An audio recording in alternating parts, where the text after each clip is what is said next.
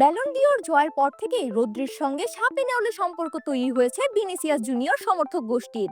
এবার সেটাকে নতুন রূপ দিলেন স্বয়ং নেইমার জুনিয়র। স্বদেশি সতীর্থের পক্ষ নিয়ে রদ্রিকে রীতিমতো বাচাল বলে বসেছেন তিনি। আর এটা নিয়ে পুরো ফুটবল দুনিয়ায় ইতোমধ্যে শুরু হয়েছে আলোচনা সমালোচনা। 2024 সালের ব্যালন উঠবে ভিনিসিয়াসের হাতে, এটা প্রায় নিশ্চিত ছিল।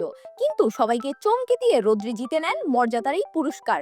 তাৎক্ষণিক প্রতিক্রিয়া হিসেবে রিয়াল মাদ্রিদ ব্যালন ডিওর অনুষ্ঠান বয়কট করে। তবে সেই ঘটনাও নতুন করে শিরোনাম হয়েছে সিটি তারকার সাম্প্রতিক একটি সাক্ষাৎকারের সূত্র ধরে।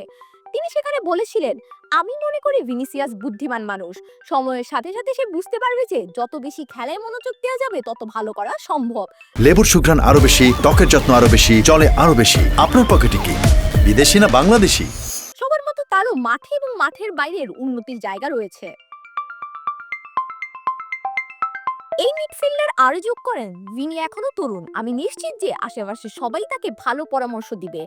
যেহেতু সে মাদ্রিদের হয়ে খেলছে, তাই তার শেখার সুযোগও আরো বেশি। এটা একটা মর্যাদাপূর্ণ ক্লাব।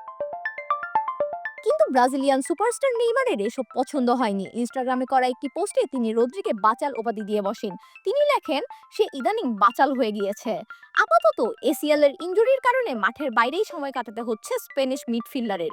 চলতি মৌসুমে তার ফেরা আর হচ্ছে না সেটা নিশ্চিত। অন্যদিকে নেইমারও ইনজুরির কবলে পড়েছেন, তবে ডিসেম্বরের মাঝামাঝি তার ফেরার সম্ভাবনা আছে। শাহানা পারভীন নূপুর, খেলা ৭১।